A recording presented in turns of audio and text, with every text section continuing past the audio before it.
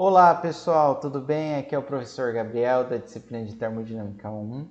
Vamos para a nossa segunda aula hoje da segunda-feira, que a gente vai continuar falando sobre a primeira lei da termodinâmica, tá? A gente vai se aprofundar na primeira lei da termodinâmica para volume de controle, né? Entendendo as diferentes aplicações que ela pode ter, tá? Que a gente fala que são os processos em regime permanente e uniforme, tá? Ou transiente também que a gente pode ter. Então a gente vai entender um pouco mais e o que acontece com essas expressões que a gente viu aqui, na verdade, a primeira lei da termodinâmica.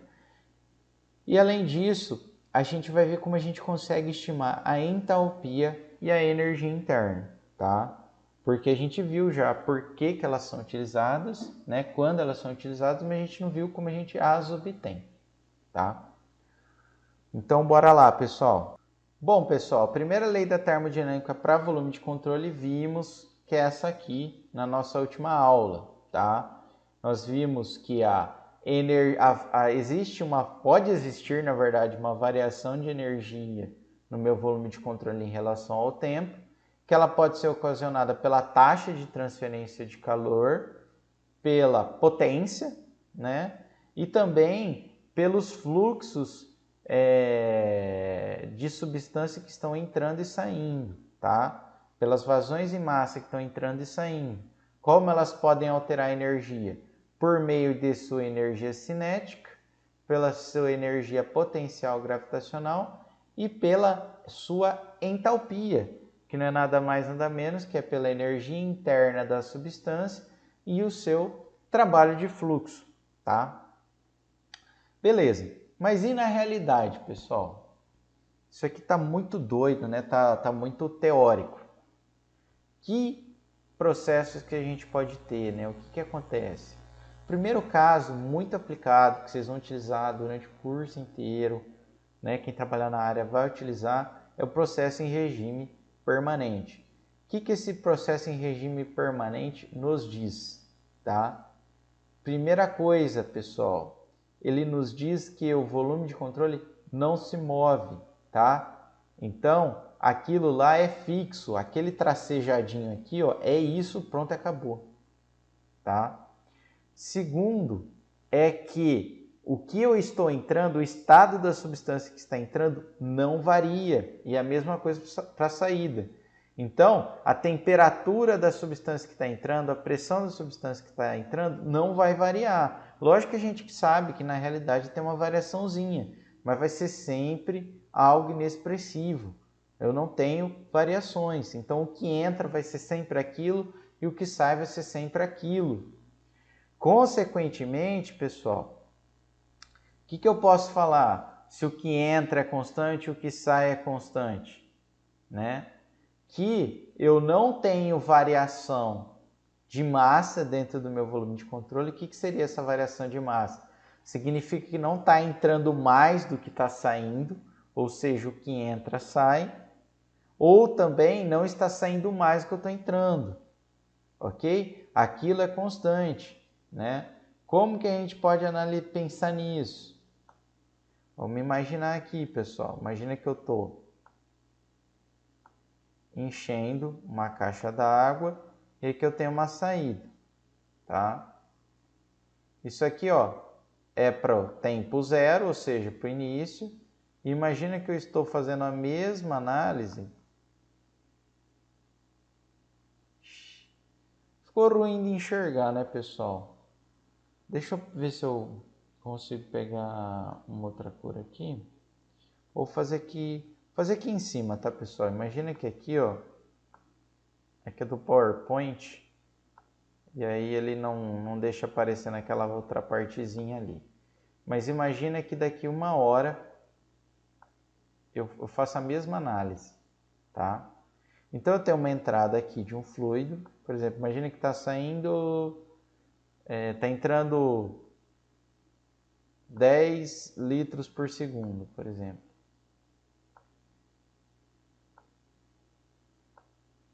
Tá? Tá saindo alguma coisa aqui. Imagina que daqui 1 hora, né, eu não variei, então é 10 litros por segundo.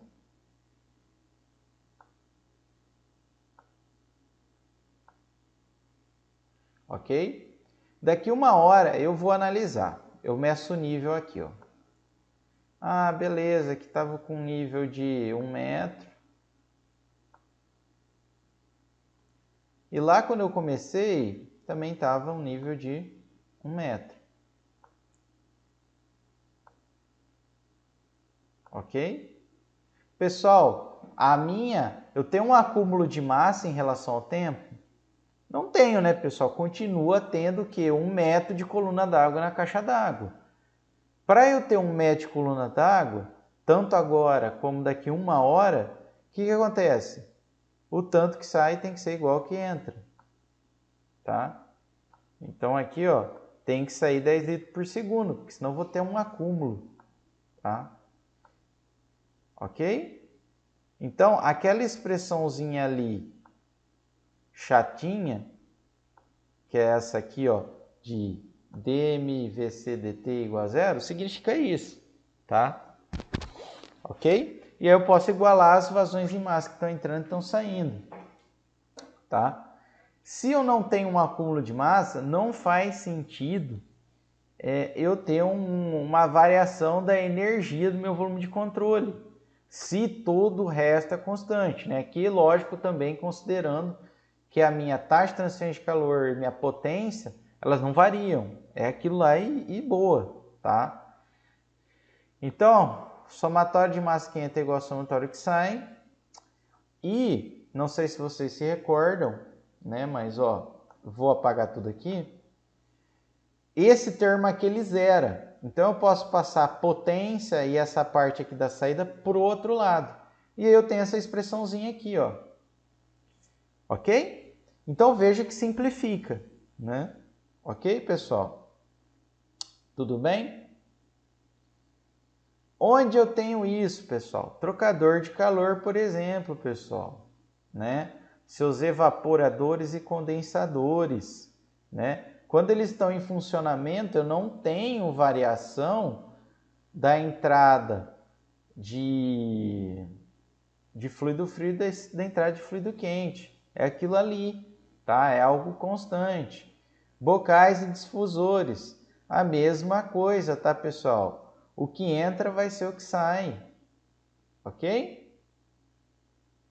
O bocal, tá, pessoal? Só uma diferença, mas o bocal é quando eu tenho uma restrição, né? Eu diminuo a área, né? Que seria o que tem aqui. E o difusor é quando eu aumento, tá?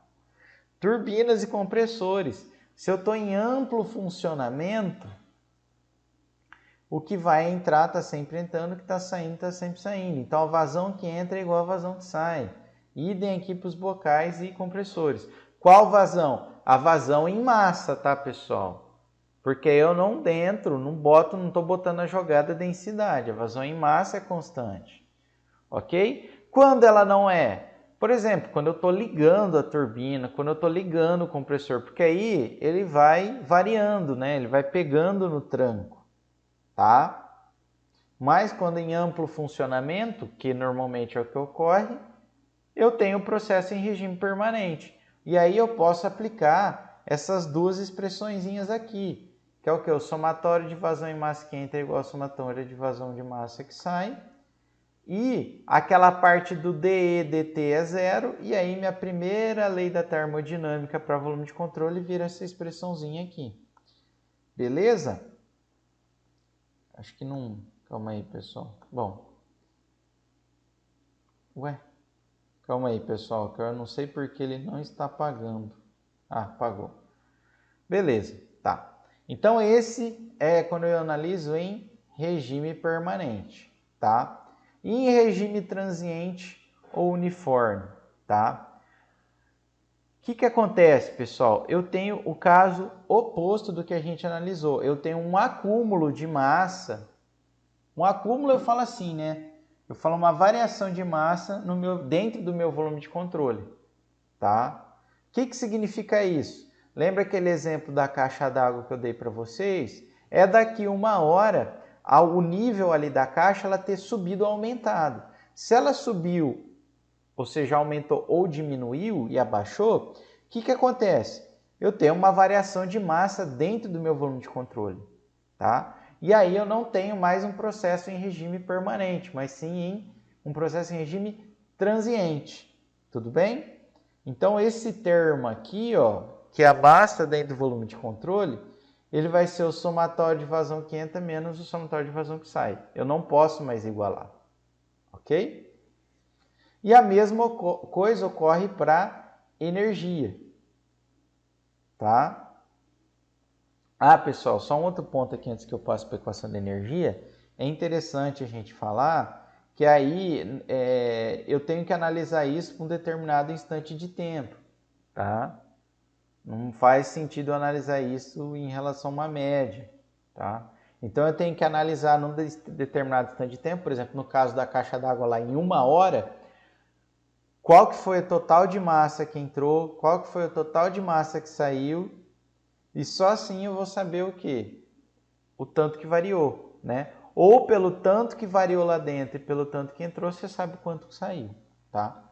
E a mesma coisa ocorre para energia. Então, para energia, pessoal, não faz sentido eu analisar isso em relação a uma variação de tempo, mas sim em relação a um tempo, né? Então, para um tempo qualquer, eu analiso o tanto de calor que foi transferido, o tanto de trabalho que foi produzido ou consumido, a vazão, a massa que entrou, a massa que saiu e a variação de energia lá dentro.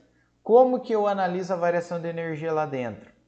Eu analiso a energia que eu tenho depois, né?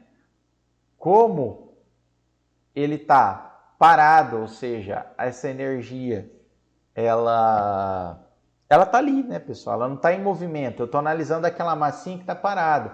Eu estou analisando aquela massa dentro da caixa d'água. Eu não estou analisando nem que está saindo nem que está entrando.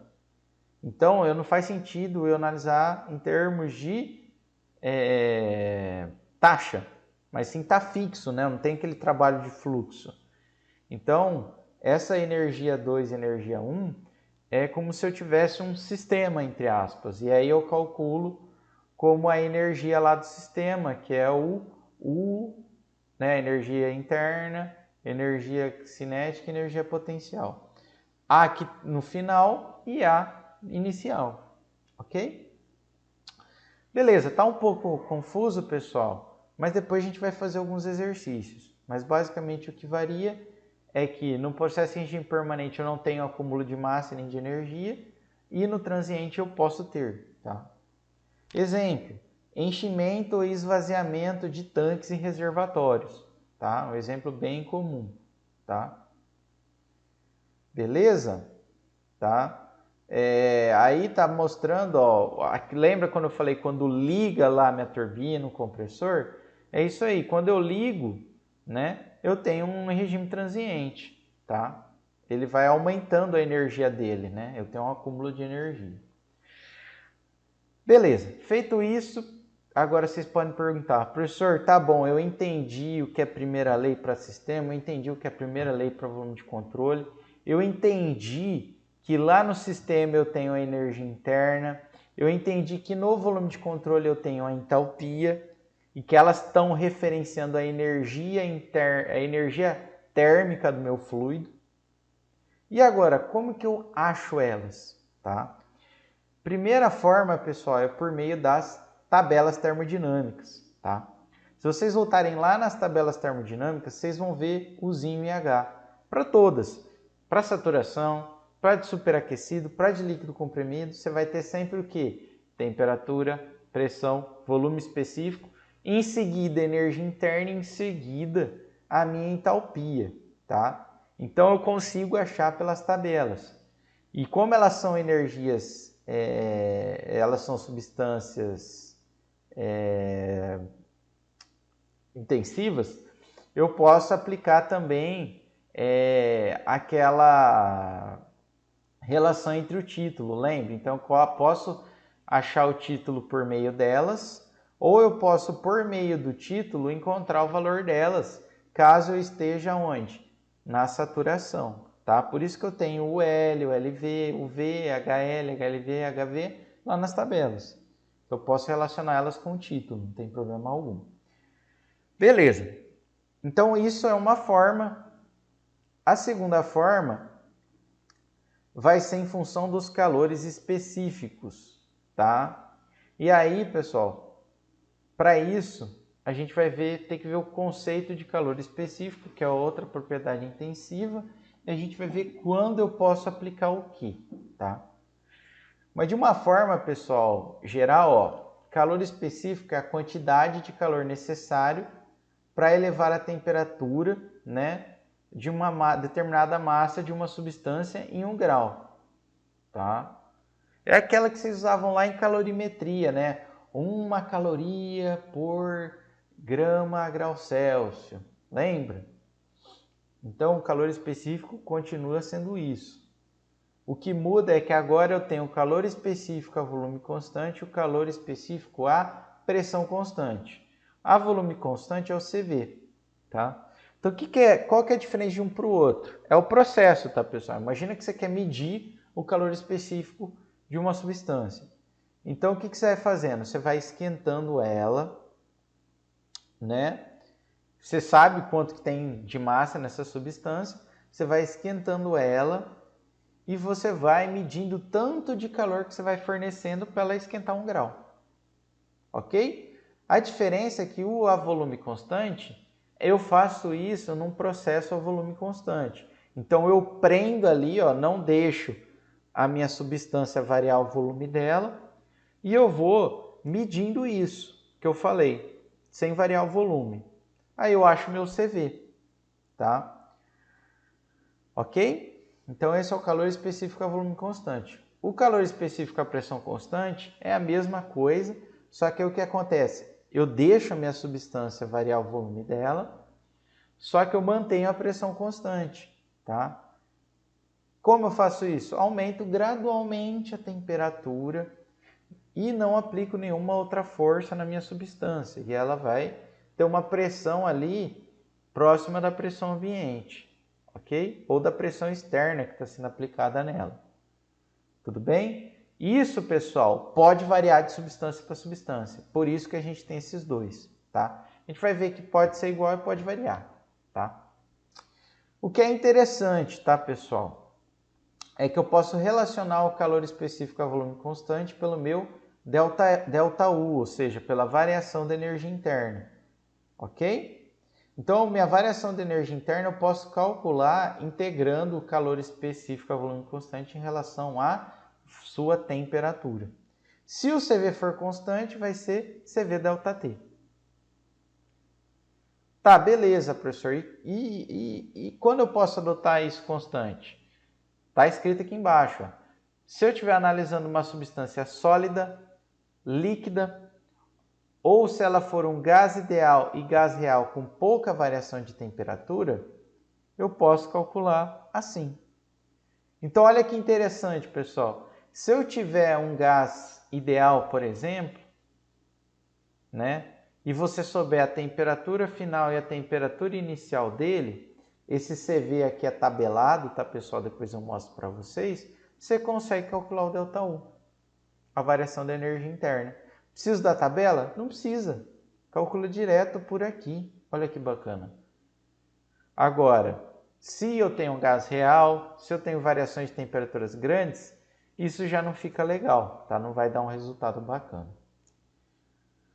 O CP, pessoal, que é o calor específico à pressão constante, eu consigo também relacionar com a entalpia. Então, ó, CV com a energia interna, CP com a entalpia. De tal forma que eu calculo a minha variação de entalpia como sendo o que? A integral do calor específico à pressão constante em relação à temperatura.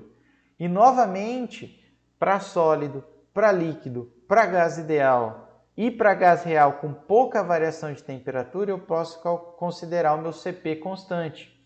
E a variação de entalpia eu posso calcular como CP ΔT. Tá? Ok? Mesmas condições válidas lá para o CV. Tudo bem, pessoal? Aqui eu não vou explicar para vocês, tá?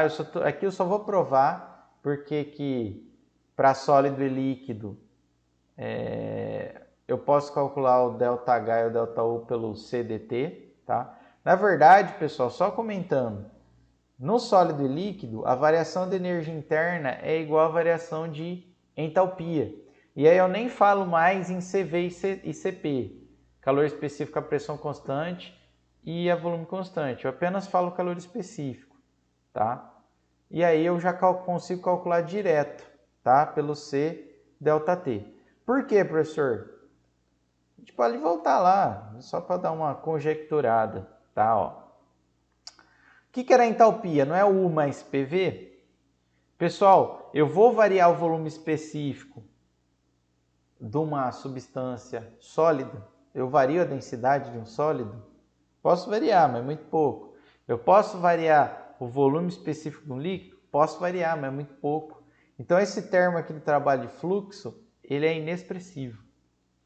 E aí, basicamente, a minha entalpia fica igual à energia interna. Por isso que eu posso calcular ambas no caso de sólido e líquido, ó, como calor específico vezes a variação de temperatura, tá bom? Ok? Aqui tem... Bom, depois eu volto aqui, tá?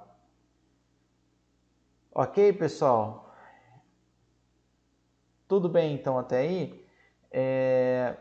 Então, o CP e o CV, eles são basicamente constantes aqui para sólidos e líquidos, tá? Aqui tem uma comparação, pessoal, da energia interna variando a temperatura e a pressão, tá? A gente pode verificar que ela só varia com a temperatura, com a pressão não tem influência alguma, tá? Beleza, e para os casos, professor, que o CV e o CP, eles não são constantes. Aí, pessoal, eu posso utilizar essa tabela aqui, a A.6 do livro-texto de vocês, tá? No qual eu tenho uma expressão para o CP e eu consigo integrar essa expressão em relação à temperatura, tá?